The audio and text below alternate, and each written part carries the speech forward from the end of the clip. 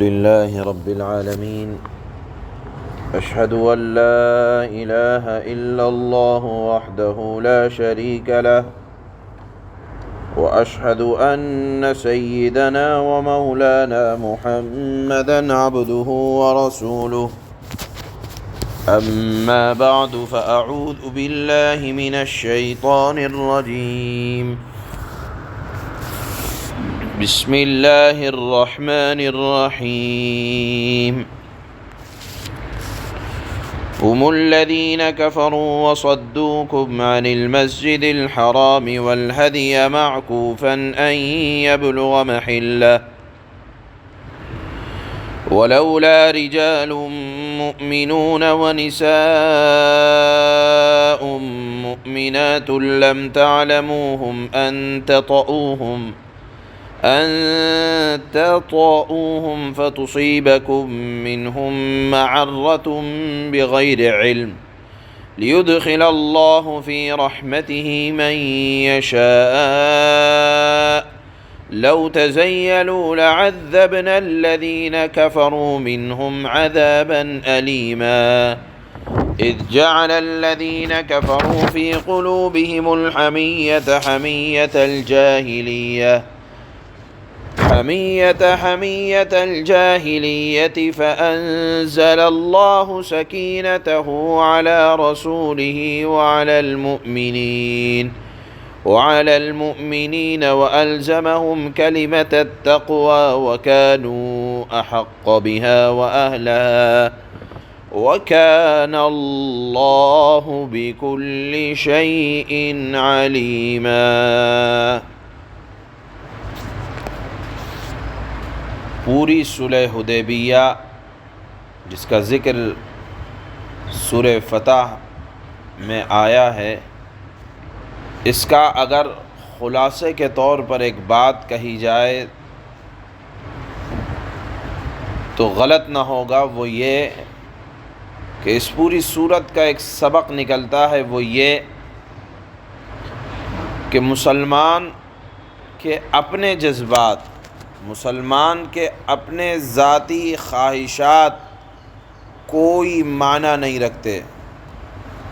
اصل چیز، بنیاد، لب لباب وہ اللہ کا اور اللہ کے نبی کا حکم ہے۔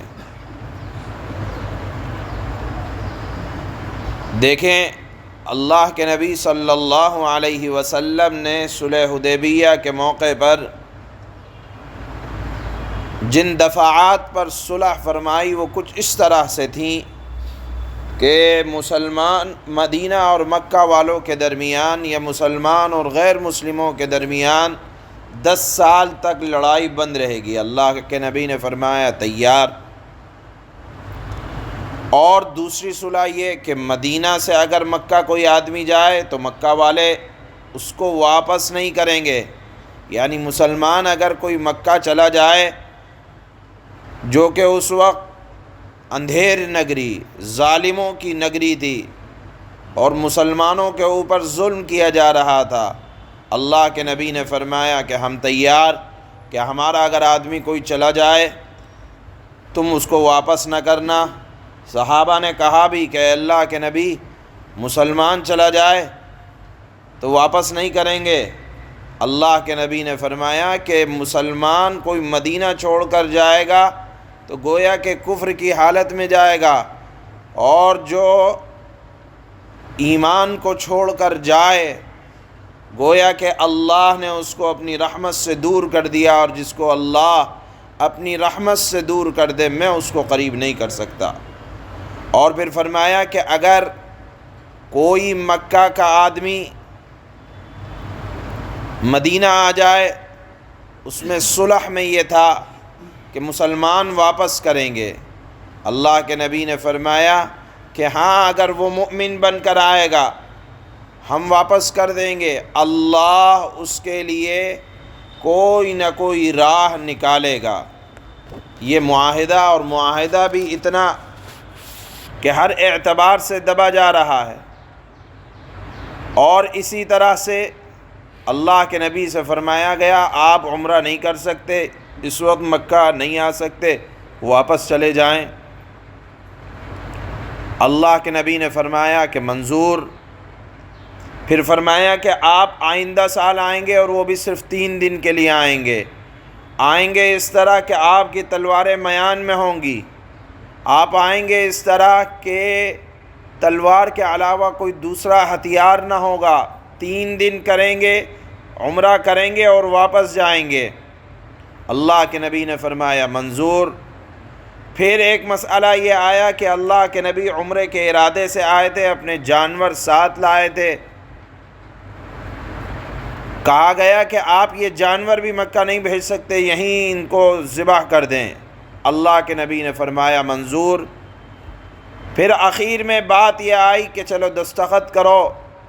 اللہ کے نبی صلی اللہ علیہ وسلم نے لکھوا دیا محمد الرسول اللہ کی طرف سے۔ اس پر ان لوگوں نے کہا یہی تو بڑا اختلاف ہے کہ آپ اللہ کے رسول ہیں، ہم نہیں مانتے۔ بہرحال اللہ کے نبی نے کہا چلو محمد بن عبداللہ کی طرف سے لکھوا دو۔ پھر اس کے بعد شروع میں یہ بات ہوئی کہ اللہ کے نبی نے بسم اللہ سے لکھنے کا کہا گیا۔ انہوں نے کہا کہ ہم اس کو نہیں مانتے، بِاسْمِکَ اللہم، اس سے شروعات کرو۔ تو اتنی دب کر صلح کی گئی کہ بعض صحابہ کرام کو انتہائی تکلیف ہوئی، اور خود حضرت عمر رضی اللہ تعالی عنہ کی بات آتی ہے کہ وہ گئے اللہ کے نبی کے پاس اور فرمایا کہ اللہ کے نبی کیا آپ رسول برحق نہیں ہیں؟ کیا ہم صحیح دین پر نہیں ہیں اور وہ باطل غلط پر نہیں ہیں؟ آپ نے فرمایا بالکل ہم صحیح دین پر ہیں اور وہ باطل پر ہیں۔ پھر حضرت عمر رضی اللہ تعالی عنہ نے کہا کہ پھر اتنی ذلت برداشت کیوں کرنا؟ اللہ کے نبی صلی اللہ علیہ وسلم نے ارشاد فرمایا کہ میں اللہ کا رسول اور برحق نبی ہوں، اللہ نے مجھے اس کا ہی حکم دیا ہے، میں اس کے خلاف نہیں کر سکتا، اللہ میرا مددگار اور معین ہے۔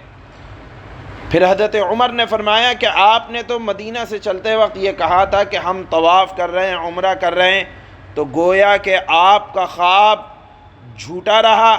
اللہ کے نبی نے فرمایا کہ جی ہاں، میں نے کہا تھا کہ ہم طواف کر رہے ہیں، لیکن میں نے یہ کب کہا تھا کہ ہم اس سال طواف کریں گے؟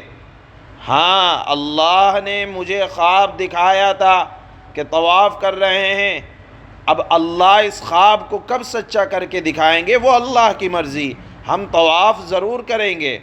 چنانچہ آج کی آیتوں کے بعد جو کل آیت آئے گی اس میں اللہ نے اسی خواب کے سچے ہونے کا ذکر فرمایا، لَقَدْ صَدَقَ اللَّهُ رَسُولَهُ الرُّؤْيَا بِالْحَقِّ، کہ اللہ نے اپنے رسول کا خواب سچا کر دکھایا۔ بہرحال حضرت عمر بار بار شدت جذبات میں ہیں اور اللہ کے نبی سے سوال کیے جا رہے ہیں۔ جب حضرت عمر اللہ کے نبی صلی اللہ علیہ وسلم کے پاس بات نہ بنی تو حضرت ابو بکر کے پاس آئے رضی اللہ تعالی عنہ۔ حضرت ابو بکر نے بھی فرمایا جو میرے آقا کا حکم ہے میں اس سے ایک لفظ آگے پیچھے نہیں کہوں گا۔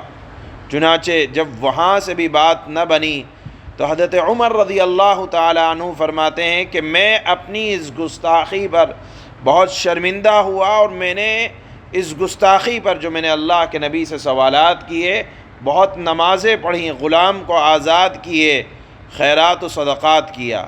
معلوم یہ ہوا کہ یہ صلح مسلمانوں پر انتہائی دشوار تھی، اتنی دشوار تھی کہ اللہ کے نبی نے فرمایا کہ اے میرے ساتھیو، تم اپنا احرام کھول دو اور اپنے جانوروں کو ذبح کر دو، اپنے بالوں کو منڈوا دو۔ روایت میں آتا ہے کہ کوئی صحابی کھڑے نہیں ہوئے، حتیٰ کہ اللہ کے نبی کو تکلیف بھی ہوئی اور آپ ام سلمہ رضی اللہ تعالی عنہا کے پاس تشریف لے گئے اور بطور شکایت کے یہ بات فرمائی کہ ام المؤمنین، میں نے اپنے ساتھیوں سے یہ کہا کہ قربانی کر دو، احرام کھول دو، سر منڈا دو، لیکن کوئی ساتھی کھڑے نہیں ہوئے۔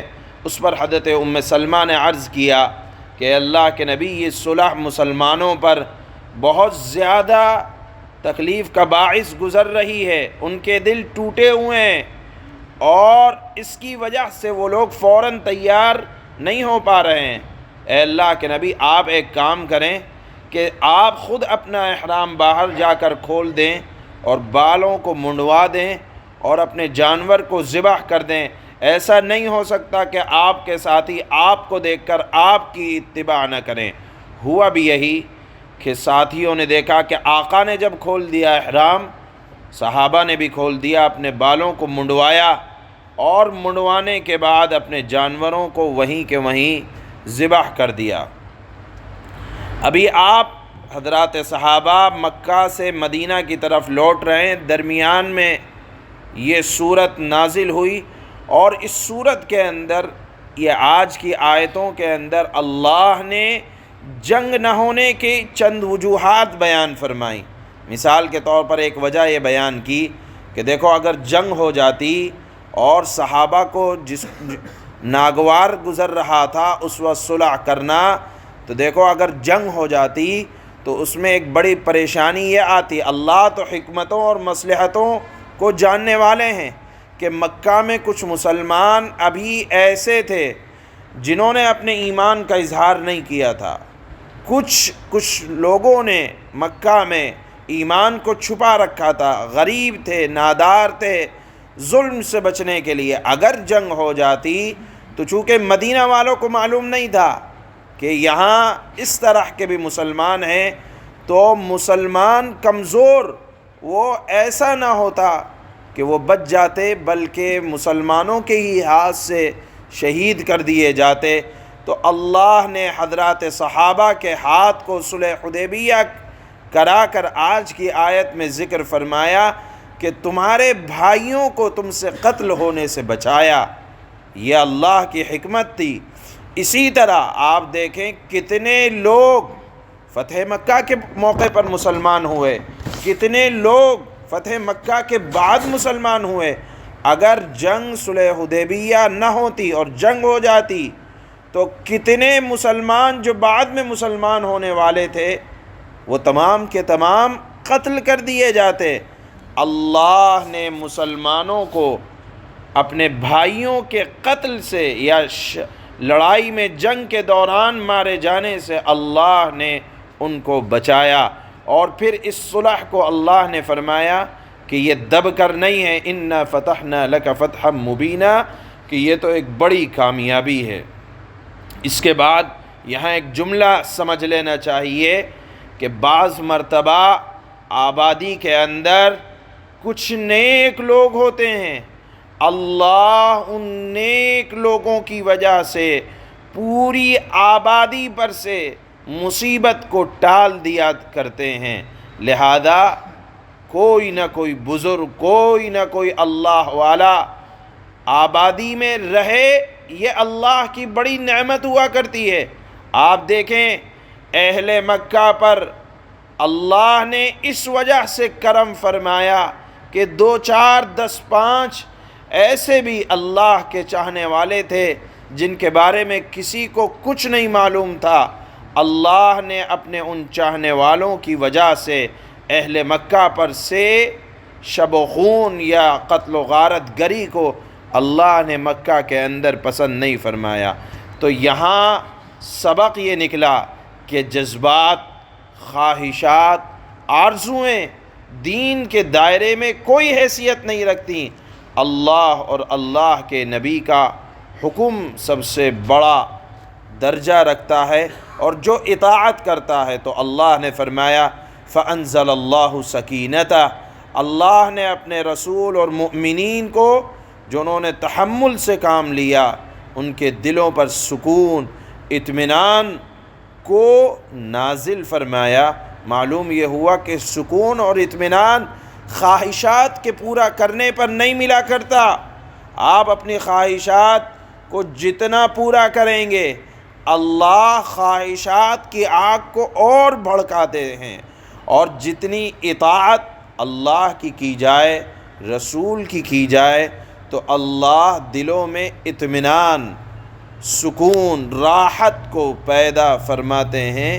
اس مضمون کو بھی اللہ نے آج کی آیت میں بیان فرمایا کہ خواہشات کے پورا کرنے کا نام دین نہیں ہے، دین ہے اللہ اور اللہ کے نبی کی فرما برداری کا نام۔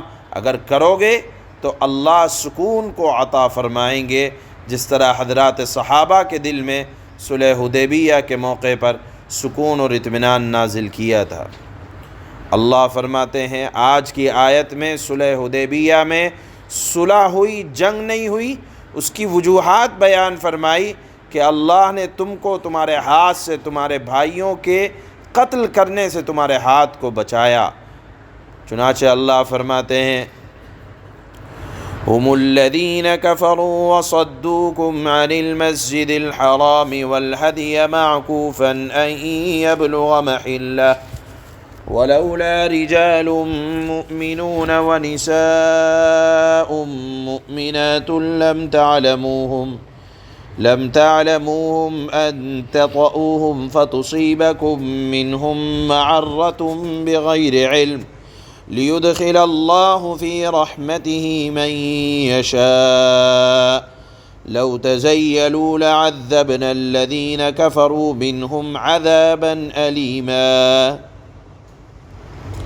یہی لوگ تو ہیں جنہوں نے کفر اختیار کر لیا اور تمہیں مسجد حرام سے روکا اور قربانی کے جانوروں کو جو ٹھہرے ہوئے کھڑے تھے اپنی جگہ یعنی منی تک پہنچنے سے روک دیا، اور اگر کچھ مسلمان مرد اور عورتیں مسلمان مکے میں نہ ہوتی جن کے بارے میں تمہیں خبر بھی نہ ہوتی کہ تم انہیں پیس ڈالو گے اور اس کی وجہ سے بے خبری میں تم کو نقصان پہنچ جاتا، یعنی تمہارے بھائی تمہارے ہاتھ سے قتل ہو جاتے، یہ بڑا نقصان پہنچتا مسلمانوں کو، تو ہم ان کافروں سے تمہاری صلح کے بجائے جنگ کروا دیتے۔ جنگ نہیں ہوئی کہ تمہارے ہاتھ تمہارے بھائیوں کے قتل سے یا جانے انجانے میں مار ڈالنے سے اللہ نے تمہارے ہاتھ کو بچایا اور جنگ نہ ہونے دی، صلح کروا دی۔ یہ اللہ کی حکمت ہے تاکہ اللہ جس کو چاہے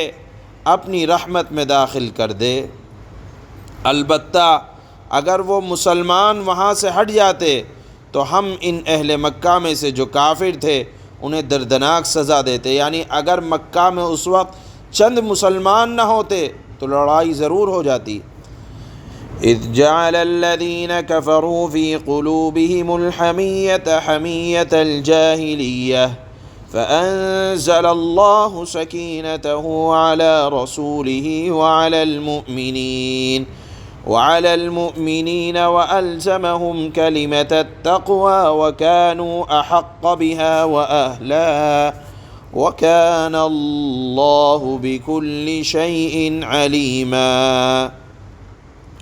چنانچہ جب ان نافرمانوں نے، غیر مسلموں نے اپنے دلوں میں اس حمیت کو جگہ دی جو جاہلیت کی حمیت تھی، تو اللہ نے اپنی طرف سے اپنے پیغمبر اور مسلمانوں پر سکینت نازل فرمائی، یعنی وہ لوگ سامنے والے جاہلوں جیسی باتیں کر رہے تھے اور اللہ کے نبی اور حضرات صحابہ کے دل پر اللہ نے سکینت کو اتار دیا۔ یہ حضرات بھی جوش میں تھے لیکن اللہ نے اطمینان کو اتارا اپنے نبی کی بات ماننے کی وجہ سے، اور ان کو تقوی کی بات پر جمائے رکھا۔ تقوی کی بات کیا تھی؟ کہ اللہ کا حکم ہے، نبی کا حکم ہے، اس پر جمائے رکھا، اور وہ اسی کے زیادہ حقدار اور اس کے اہل تھے۔ کس بات کے؟ کہ اللہ ان کو تقوی پر جمائے رکھتا، اور اللہ ہر چیز کو خوب خوب جاننے والا ہے۔ سبحان اللہ۔